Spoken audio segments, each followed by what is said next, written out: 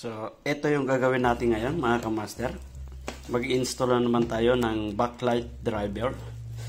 So, sa nakaraang video natin ay ito yung in-install natin. Ito yung ginawa kong video.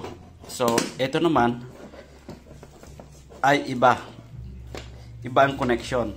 So, mas madaling i-install ito kaysa rito mga kamaster. So, ang input nito mga kamaster ay 220. Ito yung 220 niya, ito yung output niya. So, bali, gagamit lang tayo ng relay. Ang ating relay ay 12 volts. So, as you can see mga kamaster, ang ating relay ay 12 volts. So, ang gamit lang ito mga kamaster ay para i-switch, para isabay natin sa pag-on ng ating TV. So, ito yung kanyang coil.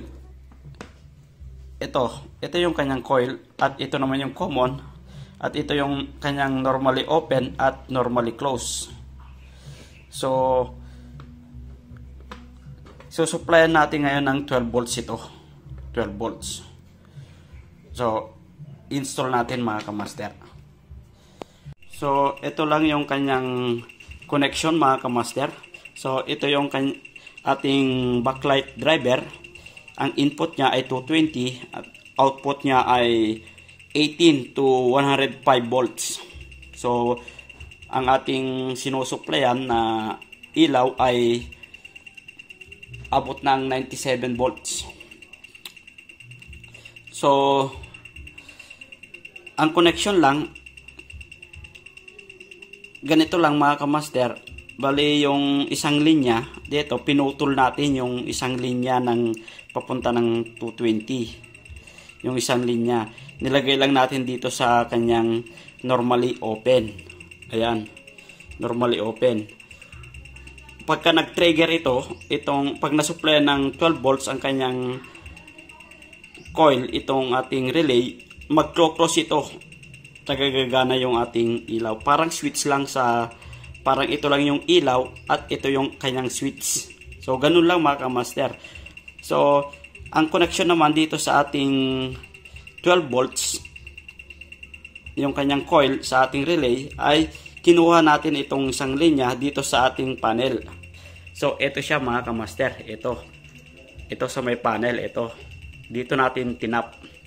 So, ang isa naman, kahit alin dyan, i-ground lang natin to.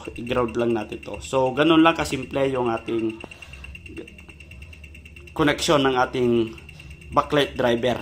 Ito napakasimpleng magandang gamitin. Ito lagi kong ginagamit. So, testing natin mga kamaster. Tignan natin kung gumagana ba yung ating ginawa. So, ayan.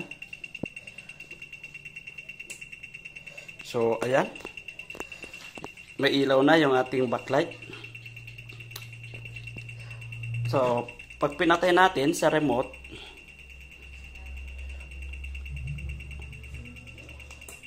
ayan, nawawala yung ating backlight. Sumasabay na siya mga kamaster. Pag nag-standby, walang ilaw. So, pag inon natin, ayun, may ilaw. As you can see mga kamaster, nandito yung backlight niya. So, silipin natin. Pag off natin, ayan, namamatay. Pag on natin, ayun, sumasabay. So, success yung ating ginawa mga kamaster. So, yun lang mga kamaster. Sana nakapulot kayo ng idea sa aking video. So, kung bago lang kayo sa aking channel, paki-subscribe na lang and hit the bell button para ma-update kayo sa aking mga susunod pang mga video. So, yun lang mga kamaster and have a great day.